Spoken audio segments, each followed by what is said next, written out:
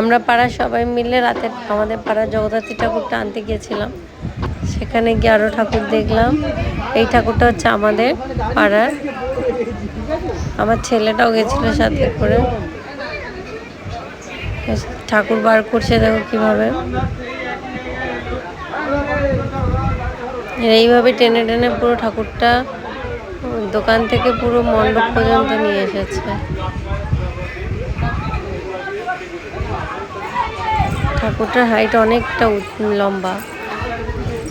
সেই ঠাকুর ওরা টেনে টেনে নিয়ে এসছে। অবশ্যই এরা প্রফেশনাল। আমরা সবাই গেছিলাম, আমি, আমার হাজব্যান্ড, আমার ছেলে, আরো পাড়ার সবাই।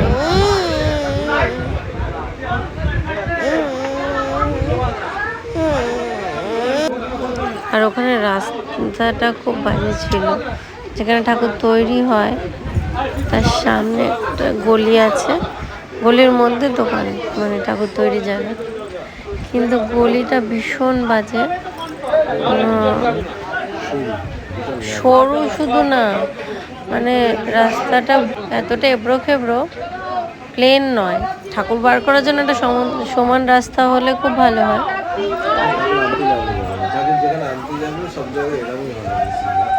ও তাহলে আমার অভিজ্ঞতা নেই, ওই জন্য আমার মনে হয়েছে যে রাস্তাটা ভালো না ঠাকুর আনার জন্য।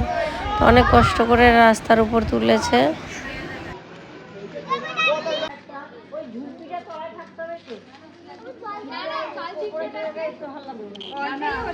এবার মন্দিরে এসে, যেটা আমাদের মণ্ডপটা, মন্দিরের সামনে অলমোস্ট সবাই চলে এসেছে, এখনো ঠাকুর এসে পৌঁছয়নি।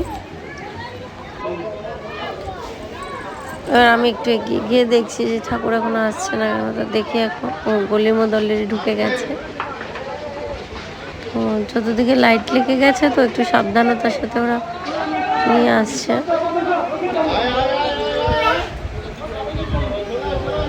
আমার ছেলে তখনও জেগে, রাত্রির 12টা 10-15 আমার বরের সাথে ঘুরছে। দেখো কত কষ্ট করে ঠাকুরটা তুলছে মণ্ডপে। আমাদের দাদারাও অনেকে হেল্প করেছে। একার পক্ষে তো এত বড় ঠাকুর তোলা সম্ভব নয়, সুতরাং পাড়ার সকল দাদারা মিলে হেল্প করে ঠাকুরটাকে তুলেছে।